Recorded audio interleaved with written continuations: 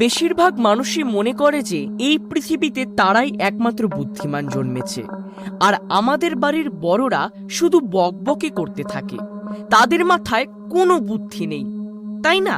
একটা কথা খুব ভালো করে মাথায় রাখবেন, খুব বেশি বুদ্ধি কখনো কখনো মানুষকে ডুবিয়ে দেয়, আর পরিবারের সদস্যদের উপদেশ উপেক্ষা করার ফল কখনো কখনো এতটাই ভয়ঙ্কর হতে পারে যে আপনার রাতের ঘুম উড়ে যেতে পারে। এরকমই কিছু ঘটেছিল আমাদের ভাই মুকেশের সাথে। আমি মুকেশকে অনেকবার বলেছি রাতে ভ্রমণ করো না, কিন্তু তাকে হাজারবার বারণ করা সত্ত্বেও সে কথা শোনেনি। তার ফলাফল কি হলো দেখা যাক। তবে এক সেকেন্ড, চ্যানেলে নতুন আর এখনো সাবস্ক্রাইবও করেননি? মাত্র 1 সেকেন্ড সময় নিন এবং সাবস্ক্রাইব করুন আর হয়ে যান আমাদের প্রাইম টুনস হরর ফ্যামিলির নতুন মেম্বার। হরর স্টোরি ভালো লাগে তো আপনার? একদম সঠিক জায়গাতে এসেছেন। আমাদের হরর স্টোরিতে ভূত, প্রেত, পিশাচ, ডাইনি বুড়ি সবের একেবারে এমন ডেডলি কম্বিনেশন পাবেন যে আপনার সব লোম ভাড়া হয়ে যাবে, এটা আমাদের গ্যারেন্টি। আর কমেন্ট সেকশনে জানাতে ভুলবেন না আপনার কেমন লাগলো গল্পটি, এবং আপনার নিজের লাইফের কোনো রিয়েল এক্সপিরিয়েন্স থাকলে আমাদের অবশ্যই পাঠাবেন। তারপর আমরা সেটার উপরে লিখবো একটা হরর স্টোরি। প্রথমে চ্যানেলের ইন্ট্রো, তারপর শুরু করা যাক আজকের গল্প।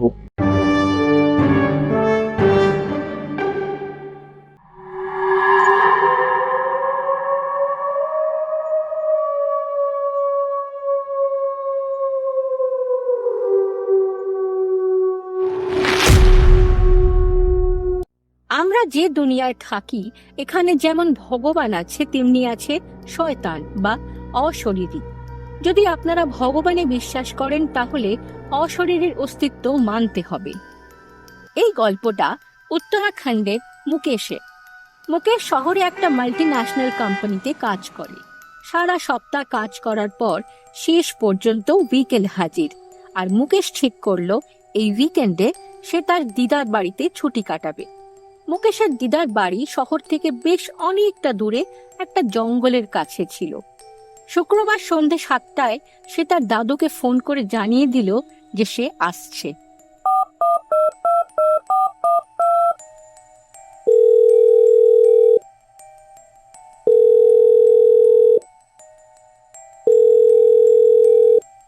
দাদু নমস্কার, আজ দিদাকে বলো আমার জন্য ক্ষীর তৈরি করতে। আমি আজকে আসছি, কিন্তু আমি আর কিছুক্ষণের মধ্যেই বেরোচ্ছি। আমি সেখানে পৌঁছতে পৌঁছতে হয়তো ওই 9টা-10টা বাজবে। বাহ, এটা তো ভালো কথা, কিন্তু শহর থেকে আমাদের গ্রামে যাওয়ার পথটা অনেকটা লম্বা, এবং তুই যখন এখানে পৌঁছাবি ততক্ষণে অনেক রাত হয়ে যাবে, আর রাতে পাহাড়ি রাস্তা দিয়ে ভ্রমণ করা একদমই উচিত নয়। আহা দাদু, চিন্তা করো না, কিচ্ছু হবে না, আমি সময় মতো ঠিক পৌঁছে যাব। না না মুকেশ, তোকে বললাম না, রাতে পাহাড়ে চলাফেরা করা ঠিক নয়। তুই বরঞ্চ কাল সকালে তাড়াতাড়ি চলে আসিস। দাদুর সাথে কথা বলার পর মুকেশ ফোন রেখে দিল। শহুরে মুকেশ তার দাদুর কথায় কান না দিয়ে রাতেই সেখানে যাবে ঠিক করলো। কিন্তু মুকেশ জানতো না যে পাহাড়ের রাস্তায় চলাফেরা করার কিছু নিয়ম আছে। মুকেশ সেসব কিছু না ভেবে নিজের স্কুটারটা নিয়ে বেরিয়ে পড়ল তার দাদু দিদার বাড়ির উদ্দেশ্যে।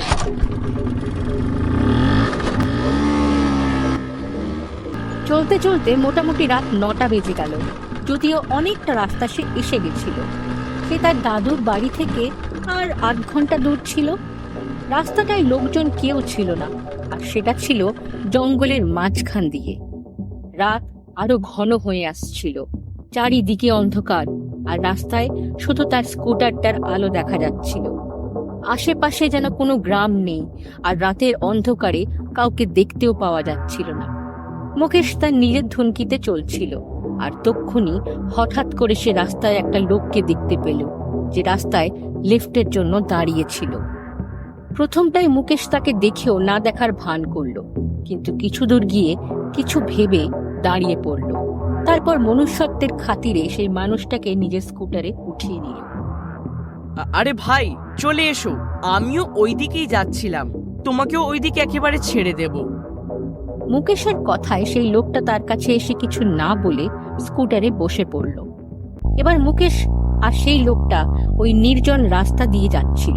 কিছু দূর যাওয়ার পর সেই লোকটা মুকেশকে বলল, একটা বিড়ি হবে নাকি?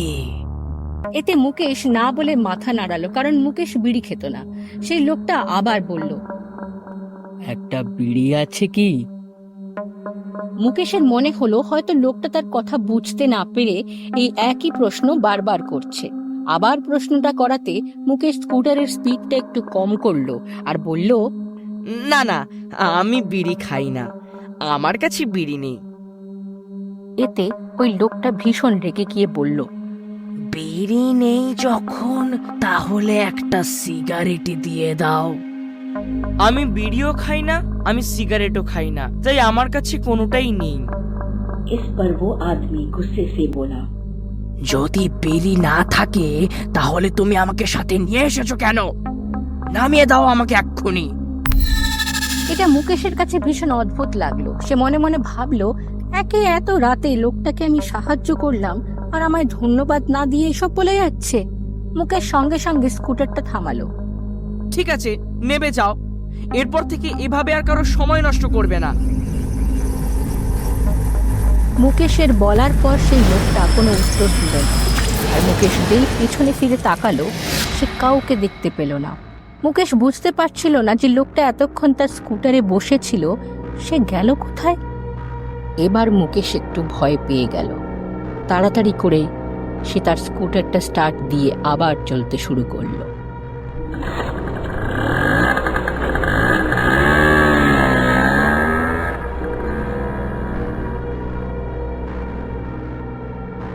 কিছু দূর যাওয়ার পর রাস্তার একটা মোড় ঘুরতেই সে দেখল ওই লোকটা দাঁড়িয়ে আছে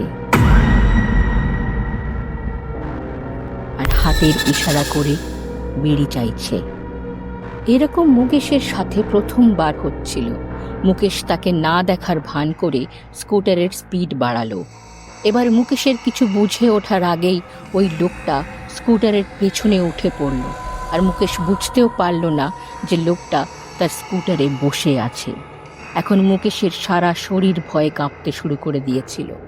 এতদিন সে এই সব ঘটনার কথা শুধুমাত্র গল্পে শুনে এসেছে, আর সেসব বাজে, সেসব আজ তার সাথেই ঘটছে।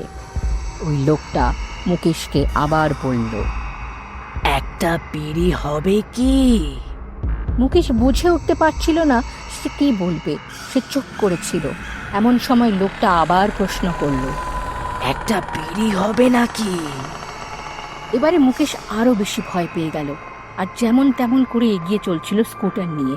হঠাৎ রাস্তার ধারে সে একটা হনুমান মন্দির দেখতে পেল আর ওই মন্দিরটার সামনে স্কুটারটা দাঁড় করিয়ে দিল। যেই সে স্কুটারটা দাঁড় করিয়ে পেছন ফিরে দেখল ওই লোকটা গায়েব হয়ে গেছিল। তারপর মুকেশ দেখল ওই লোকটা কিছু দূর দাঁড়িয়ে আছে আর তার চোখ দুটো আগুনের মতো জ্বলছে, বড় বড় দাঁত বেরিয়ে আছে আর লম্বা লম্বা হাতের নখ বেরিয়ে রয়েছে। একটা বিড়ি হবে নাকি? এটা শুনে মুকেশের জন্য প্রাণ বেরিয়ে গেল। সে ভয় কাঁপতে শুরু করলো। নিজের প্রাণ বাঁচাতে সে মন্দিরের ভেতরে দৌড়ে ঢুকে পড়ল। মন্দিরের ভেতরে একজন পুরোহিত ছিল। মুকেশের রাস্তায় ঘটে যাওয়া সমস্ত ঘটনা পুরোহিত তাকে জানালো। তোমার ভাগ্য ভালো যে তুমি আজকে বেঁচে গেছো। তুমি যদি ওকে আজকে বিড়ি দিয়ে দিতে তাহলে তুমি আর বেঁচে থাকতে না। সে এই রাস্তায় বসবাসকারী একজন প্রতারক। সে নিজের রূপ বদলে রাতে যারা যাতায়াত করে তাদের থেকে বিড়ি চায়, আর যেই মানুষটি বিড়ি দেয় সে তাদের গলা কেটে তাদের রক্ত পান করে। এরপর থেকে রাতে কখনো একা একা এই পথে যাতায়াত করবে না, বুঝেছো? যাও। তারপর মুকেশ সারাটা রাত ওই মন্দিরে কাটিয়ে সকাল সকাল বেরিয়ে পড়ল। কিন্তু আগের রাতের ঘটনার ভয় তার মনে বসে যায়। এখনো প্রায় তার কানের কাছে সেই আওয়াজটা বেজে ওঠে, একটা বিড়ি হবে কি?